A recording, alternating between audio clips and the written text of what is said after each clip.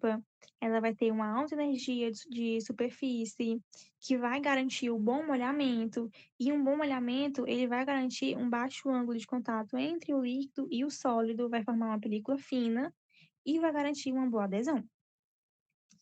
Eh, já uma adesão desfavorável, né, vai ser quando o substrato vai estar contaminado, vai ter uma baixa energia de superfície, de que vai gerar um molhamento ruim,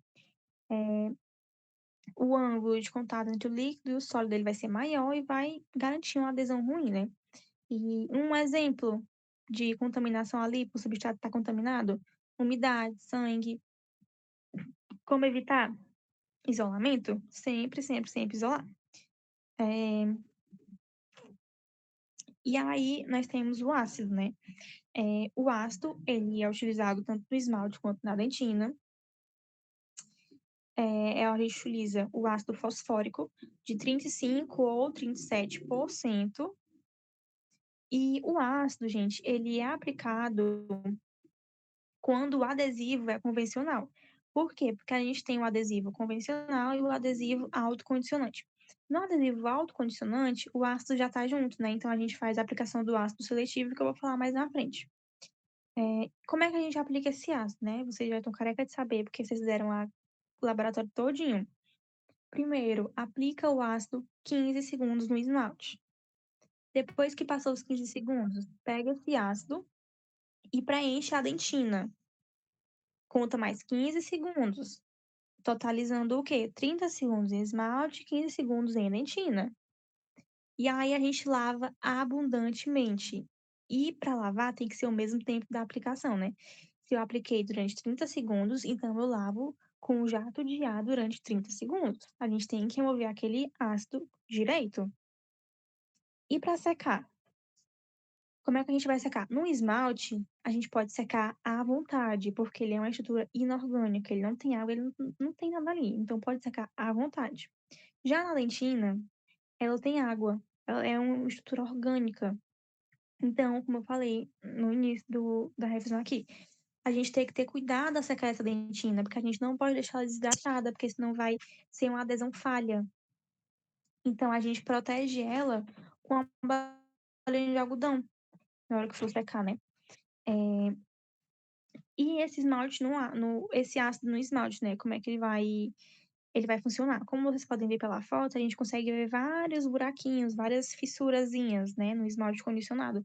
Isso acontece porque o esmalte ele é uma superfície lisa, quando a gente aplica o ácido, ele vai tornar uma superfície porosa, e ele vai ficar opaco, vai perder aquele brilho dele, né, porque o ácido no esmalte, ele vai causar uma desmineralização. Então ele vai ficar tipo esses buraquinhos, né, e aí vai facilitar mais ainda a adesão. E na dentina? Na dentina, a gente tem a presença da smear layer.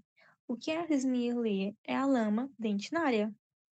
E essa lama dentinária, ela vai obstruir os túbulos dentinário. E aí a gente tem a smear plug. E a smear plug é a lama que vai estar dentro dos túbulos. Aí esse ácido, ele vai ter a capacidade de remover essa lama dentária. E, e o que é essa smear layer, essa smear plug? É toda a sujeira que estava na cavidade. Tipo, a gente tá lá com uma broca de alta rotação, uma carbide, remove aquela cárie, aí sai pedacinhos de cárie, bem pequenininho, aí se junta lá no fundo, junta com água, junta com pedaços da broca. Enfim, é uma mistura de muita sujeira ali no fundo da cavidade, né. Então essa dentina, ela vai ter que estar condicionada com o ácido e ela vai ter que estar úmida. Por que que ela vai ter que estar úmida? Porque a dentina úmida mantém as fibras colágenas espaçadas e aparentes. E se a gente tirar essa umidade da dentina, essas fibras, elas vão murchar. E se essa fibra murchar, ela vai ser péssima para adesão. Então, por isso que é importante a gente deixar a dentina úmida, para deixar essas fibras colágenas aparentes, passadas, em pé, do jeito que elas estão aí na foto. Por isso, proteger com uma bolinha de algodão quando for secar, né? Então, o ácido na dentina, ele vai remover a lama dentária, ele vai expor as fibras colágenas, e uma dentina úmida, uma dentina que vai ser retirada da sua umidade, vai ser retirada da sua água, ela vai ser ruim para adesão, né? Como eu já tinha falado. E agora vocês vão me responder. Como que a gente utiliza o ácido fosfórico no esmalte e dentina? Vocês vão dizer como é que aplica e como é que retira, tanto no esmalte quanto na dentina. O tempo que a gente deixa, se seca, se não seca, como é. Isso é muito questão de prova, viu, gente?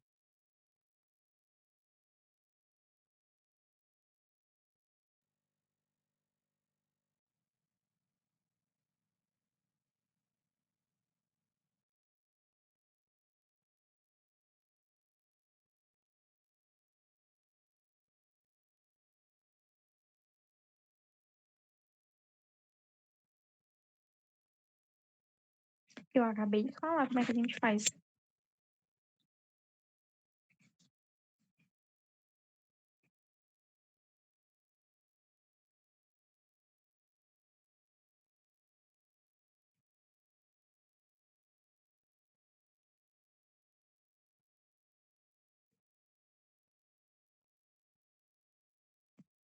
Enfim, o ácido fosfórico a gente vai aplicar no esmalte durante 30 segundos, na dentina durante 15. Vamos lavar abundantemente o esmalte e proteger a dentina com uma bolinha de algodão, para não ressecar ela. Aí a gente tem os primers. Os primers, ele pode vir em frasco isolado, pode vir junto com adesivo, junto com ácido, ou tudo junto, ácido, adesivo e primer. O primer na dentina, ele vai ter como função remover a umidade e melhorar a energia de superfície e manter as fibras colágenas no lugar. Porém, gente, geralmente ele vem junto com o adesivo, tá? Não, a gente não utiliza muito o isolado não, é mais o com adesivo. E o adesivo? Aí tá falando da dentina após a aplicação do primer, as fibras colágenas no lugar. E o adesivo? A gente tem diversos tipos de adesivo. E antes disso, uma coisa que eles falam muito na aula também é da camada híbrida. O que é essa camada híbrida? É uma interação entre a dentina e o adesivo, para formar essa camada híbrida.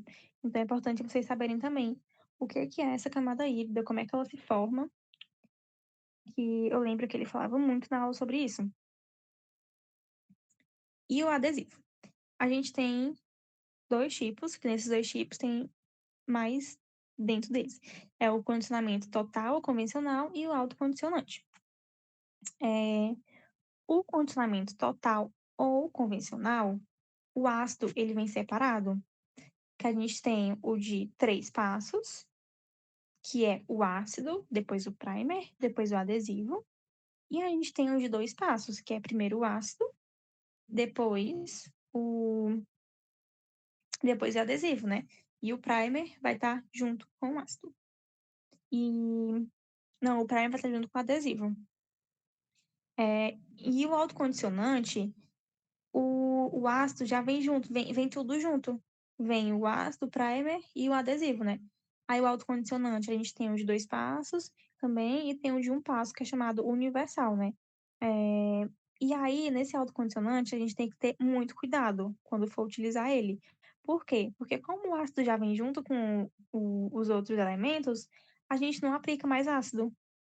A gente vai fazer uma aplicação seletiva do ácido apenas no esmalte, então não aplica mais na dentina, né? Então, gente, o sistema adesivo autocondicionante, ele é muito utilizado em cavidades profundas, porque como eu falei no início, né, o ácido, ele pode polpa, né? Então, cavidades profundas, a gente quer proteger aquela polpa de qualquer dano. Então, a gente opta mais por um adesivo autocondicionante. E aí, a gente tem o passo a passo de cada um desses tipos de adesivo, do convencional de 3 passos, do convencional de 2 passos, do autocondicionante de 2 passos e do autocondicionante de 1 passo. Vocês sabem o passo a passo? Alguém quer me dizer como é o passo a passo desses adesivos? Porque também é cara de prova. Eles perguntarem qual tipo de adesivo ideal para aquele caso e qual é que é o seu passo a passo. Alguém quer dizer aí o que a gente usa mesmo no laboratório, né? Que é o convencional de 2 passos. Vocês sabem qual é o passo a passo?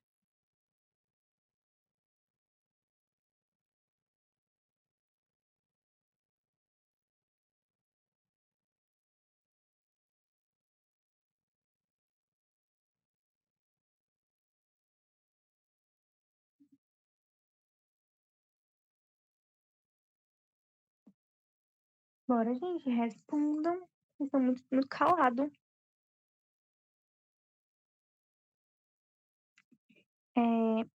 Enfim, eu vou falar aqui para vocês o passo a passo de cada um. O passo a passo do condicionamento total ou convencional, o de 3 passos, né? Primeiro, vamos isolar aquela arcada. Vamos fazer a profilaxia da cavidade com pedra pómez e água. Depois, vamos fazer o condicionamento ácido. 30 segundos de esmalte, 15 segundos de dentina. Depois, lavar e secar. Aí, depois, a aplicação do primer. Vamos volatizar, né? Jogar aquele jatinho de ar. Aplica o adesivo. Vamos jogar de novo o jato de ar e fotopolimeriza. E o de 2 passos, né? Qual a diferença do convencional de 3 passos para o de 2 passos, como eu falei? O primer no de 3 passos vai estar separado. E o primer no de 2 passos vai estar junto com o adesivo.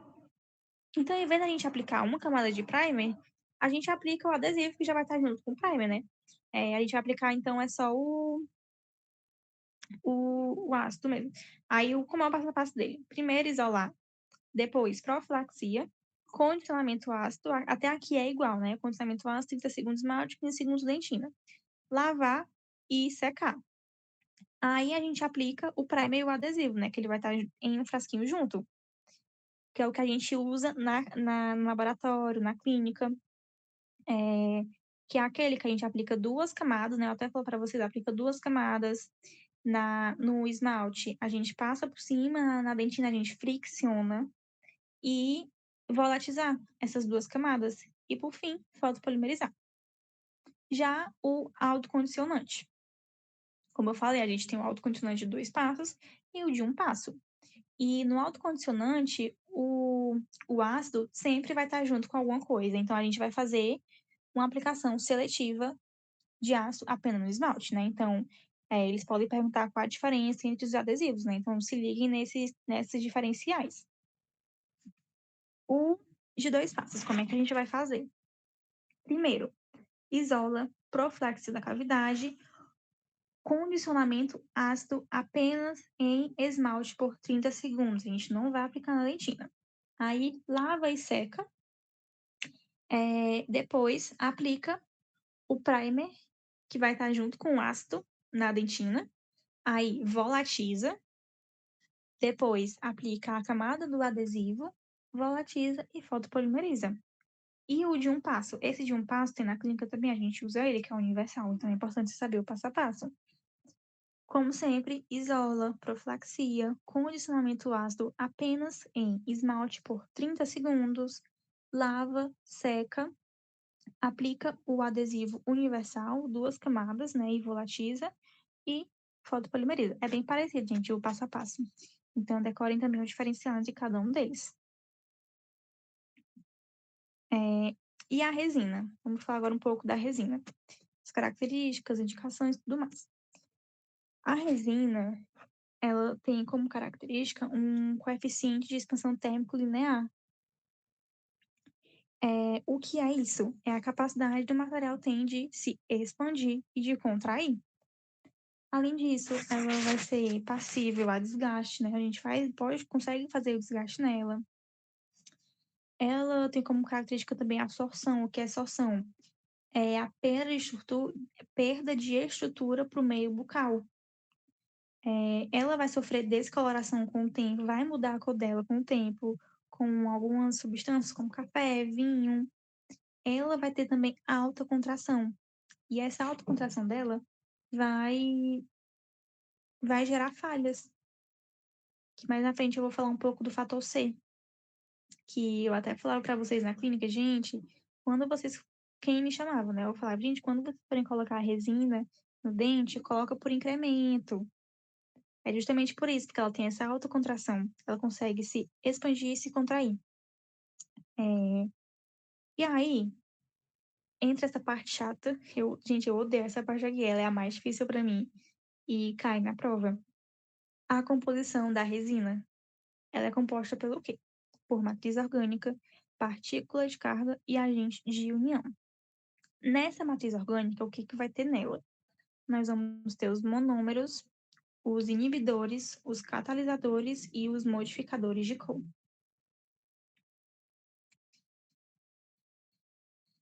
E os monômeros, os que são esses monômeros, né? São pequenas moléculas que vão formar polímeros após a reação de presa.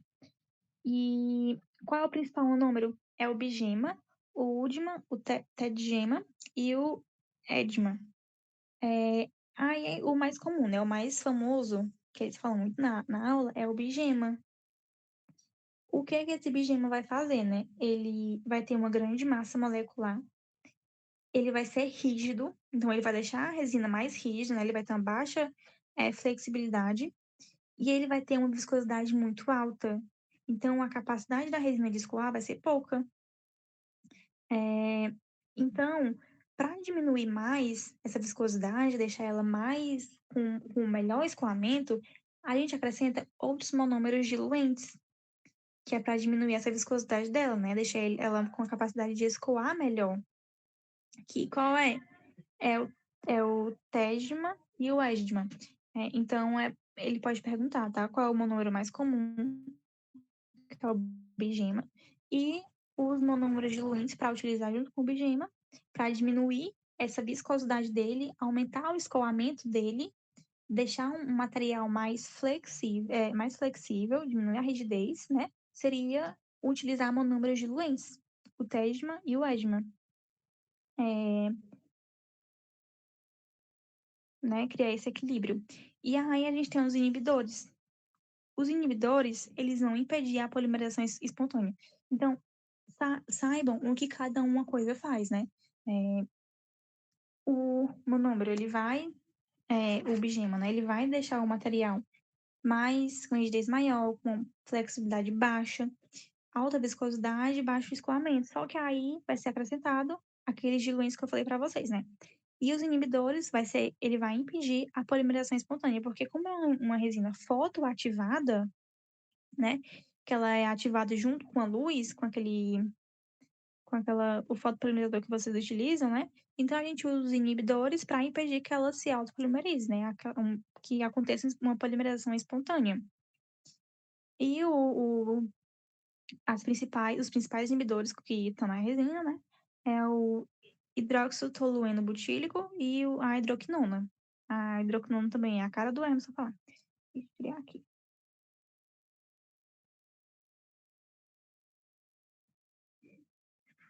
E, e aí, esses inibidores, a gente tem que ter cuidado com a resina. Por quê? Porque a gente tem que manter o frasco em baixas temperaturas, que vai aumentar a vida útil do material. E além disso, não pode deixar o frasco aberto. E eu até falava para vocês, quando eu passava nas bancadas, eu falava fechar a resina, porque ela vai endurecer. É justamente isso, porque esse inibidor, ele pode mudar, né? Então, a gente vai ter que armazenar essa resina em baixas temperaturas e ela não pode deixar o frasco aberto. Tem que deixar fechado. A gente abre, pega a resina e fecha de novo. Aí, nós temos os modificadores de cor, que vão alterar a cor do material e vão ser pigmentos metálicos, né? Inorgânicos metálicos. Então, um esmalte translúcido, né? Aquela borda incisal de um anterior, que é mais translúcido, vai ter pouco óxido metálico. E uma dentina, que ela é mais opaca, vai ter mais óxido metálico. E a gente geralmente usa 2 tipos de resina, né, que é a resina de dentina e a resina de esmalte. E a gente tem também o sistema catalisador ou sistema ativador. Ele vai proporcionar a reação de presa e ele vai ser estímulo de agente químico ou físico. Aí, aqui nesse caso, entra aquilo de ser uma resina quimicamente ativada, fotoativada ou de dupla ativação. A fotoativada, que é a que a gente usa, né, que é com o fotopolimerizador, que precisa ter uma luz para elas fotoativar. Eu não sei se eu coloquei aqui, coloquei não.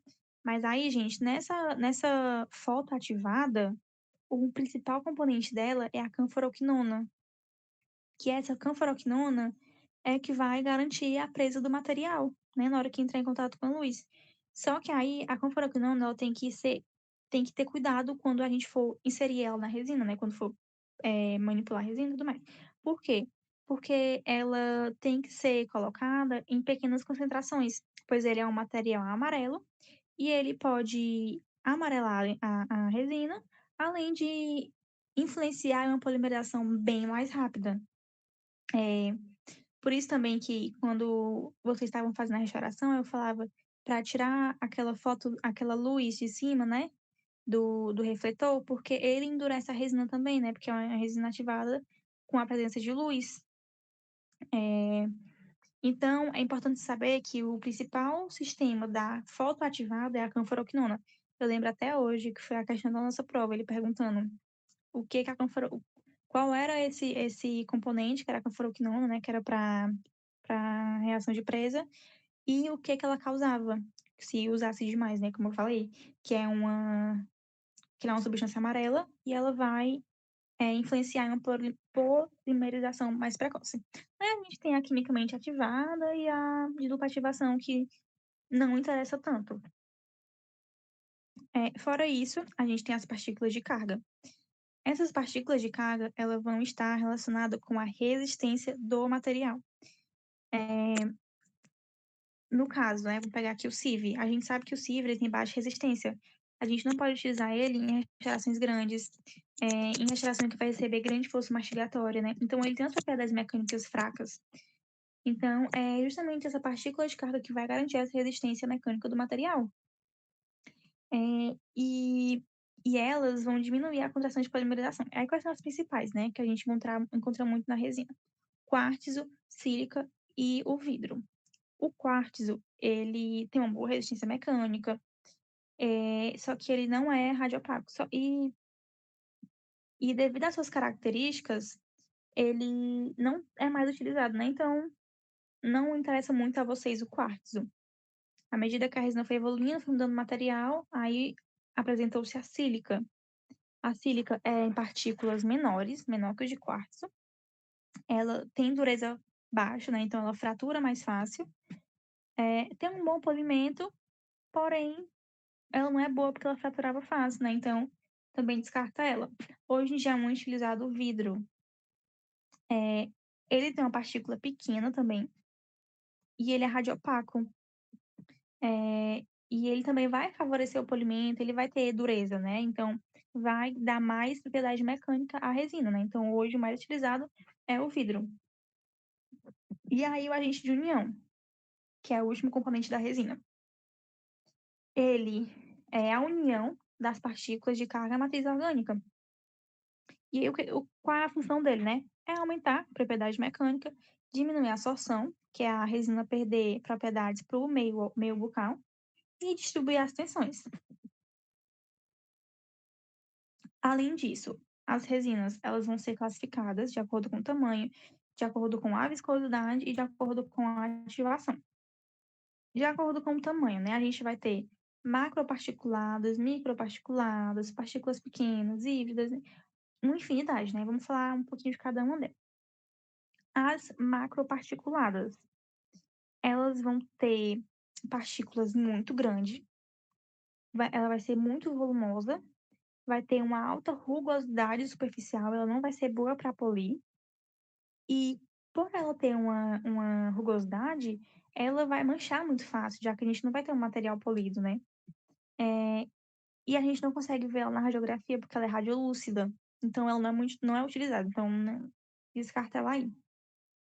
Aí a gente tem as microparticuladas, que já são partículas menores, porém também não são muito indicadas, porque ela tem alto poder de expansão e de contração, né? Que vai gerar falha na resina, o contato entre resina e dente. Então, ela tem umas propriedades mecânicas ruins, então a gente não usa muito ela. Temos as partículas pequenas, que já são menor do que as que eu citei, porém também não são muito utilizadas, porque ela tem uma menor concentração de polimerização, né? Ela não polimerizava bem. E são radiopacas, né? Que é uma grande desvantagem, então não é muito utilizada. Nós temos as híbridas. As híbridas, elas também vão ser partículas menores, vai ter vidro nela, que vai dar resistência, vai ter sílica, que vai facilitar o polimento, então vai ser uma resina fácil de polir, que não vai ficar rugosa. Ela é muito utilizada para dentes anteriores e posteriores, né? Aí as híbridas é classificadas em macrohíbridas, microhíbridas, e as híbridas propriamente dita. As microhíbridas, elas são as resinas universais, elas vão ser muito utilizadas, né? As microhíbridas, as nanoparticuladas e as nanohíbridas são as mais utilizadas hoje em dia.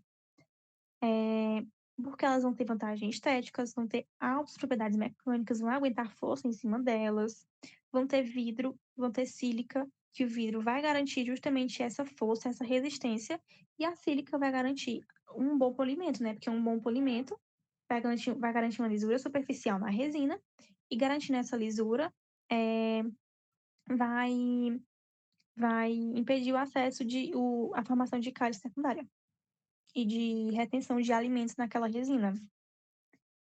Então, a gente não utiliza hoje em dia as macroparticuladas, partículas pequenas, e micropartículas não utiliza muito, né? As mais utilizadas mesmo são as microhíbridas, as nanoparticuladas e as nanohíbridas.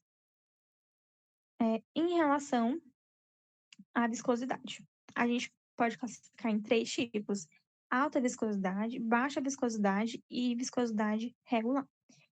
O que é a resina alta viscosidade? É quando a gente coloca uma bolinha de resina e ela não se espalha, ela fica aquela bolinha e não tem um poder de escoar pela superfície. Então, ela é pouco estética e mais rugosa. Aí nós temos uma de baixa viscosidade, né? Elas vão escoar mais, que são as resina flow, as resinas fluidas, elas são bem fluidas mesmo, gente. Tanto é que é até ruim de fazer anatomia com ela, mas ela é muito estilizada, porque ela tem uma ótima propriedade mecânica e tem um bom escoamento. Aí ela é muito utilizada para a gente fazer selagem de fósforos e fissuras. E tem a viscosidade regular, que ela nem é muito viscosa, mas também não tem uma viscosidade ruim. Ela é um intermédio, então ela é a mais utilizada que as tradicionais que a gente utiliza hoje em dia. E de acordo com a ativação, né? Nós temos a fotoativadas, quimicamente ativadas, ativação. Para vocês, a que interessa é a fotoativada, que é o que a gente utiliza, que necessita da luz, e ela garante um melhor tempo de trabalho, que a gente pode fazer uma anatomia sem ela ficar dura. Só fica dura quando coloca a luz, né?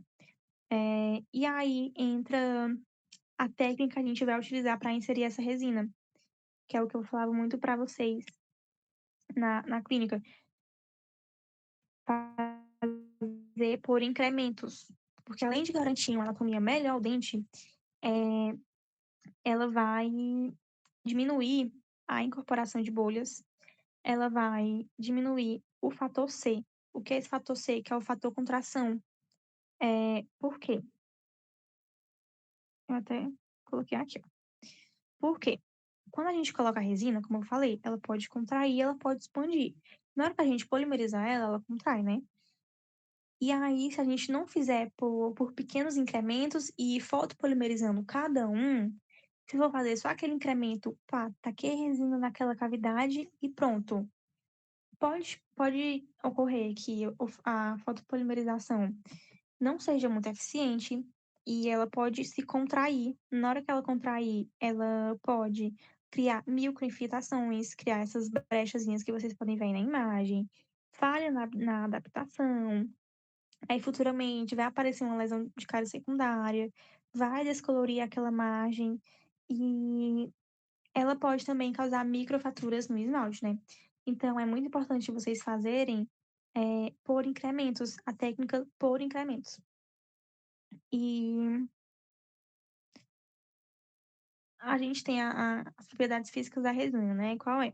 Que é essa contração de polimerização, que é um desafio para a resina, né?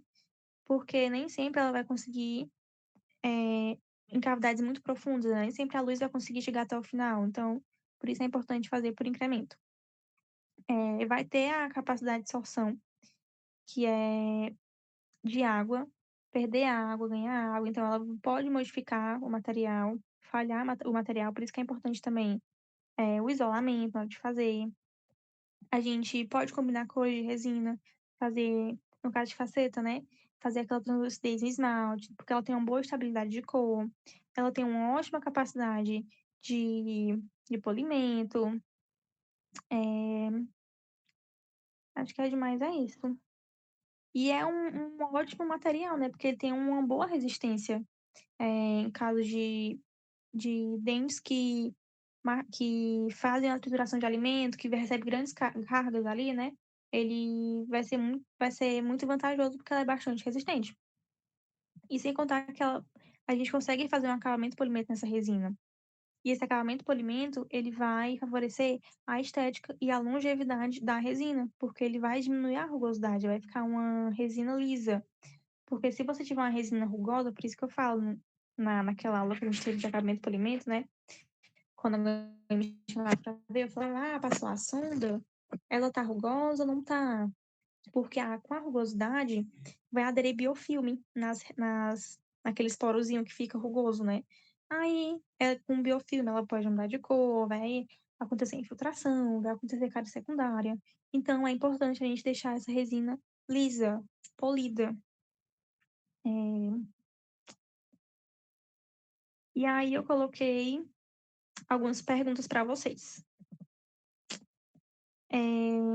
Qual o nome do elemento presente nas resinas que faz parte do sistema ativador e em grandes quantidades deixa a resina amarela?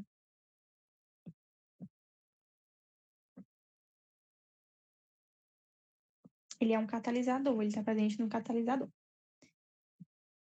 Vai ser responsável pela presa da resina. Qual é o nome dele?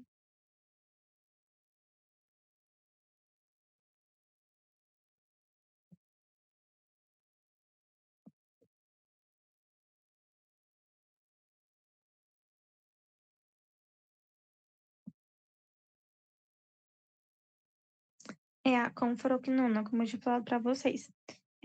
Ele é um elemento que vai fazer do sistema ativador, do sistema catalisador, que vai ser responsável pelo processo de presa do material. E além dele ser um material amarelo, né, ele pode mudar a cor da resina e influenciar uma polimerização precoce. E aí, outra pergunta, né?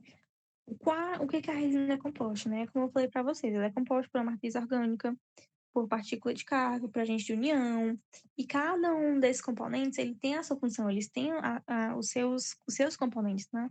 Então, é importante que vocês saibam o que que é a matriz orgânica, o que que ela faz na resina, o que que é a partícula de carga, o que que ela influencia na resina, o que que é o agente de união. E a matriz orgânica, dentro dela, tem os monômeros, inibidores, catalisador, modificador de cor. Então, é importante que vocês saibam o que que é cada um desses elementos e o que que eles fazem, o que que eles modificam a resina, porque a cara do Hermes só perguntar, viu, gente? Eles perguntam assim, qual que é responsável pela polimerização? Qual que é o responsável para mudar a cor da resina? Então, é importante que vocês saibam o que cada um faz. Qual o tamanho da partícula de resina mais utilizada, né? Como eu falei, são as microhíbridas, as nanoparticuladas e as nanohíbridas. Tipo essa daqui, que ele pode perguntar qual componente é responsável pela resistência mecânica da resina. Como eu falei para vocês, são as partículas de carga, que hoje em dia a mais utilizada é o vidro.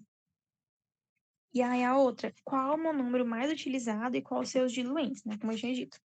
Hoje em dia, o monômero mais utilizado é o bigema, né? Que ele vai ter alta viscosidade, baixo escoamento, vai ter uma rigidez maior, e os seus diluentes vai ser o esma e o tesma.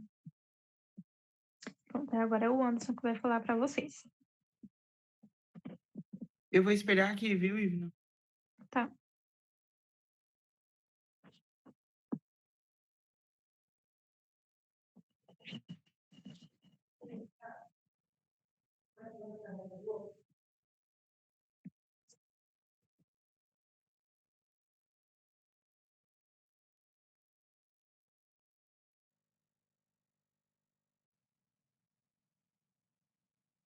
Tá todo mundo conseguindo ver? Pronto. Agora nós vamos falar sobre as técnicas de restaurações, né? Que nós temos as técnicas de restaurações anteriores e nós temos as posteriores. Assim, gente, uma dica que eu dou para vocês que me ajudou muito quando eu estava, né, no laboratório de dentística.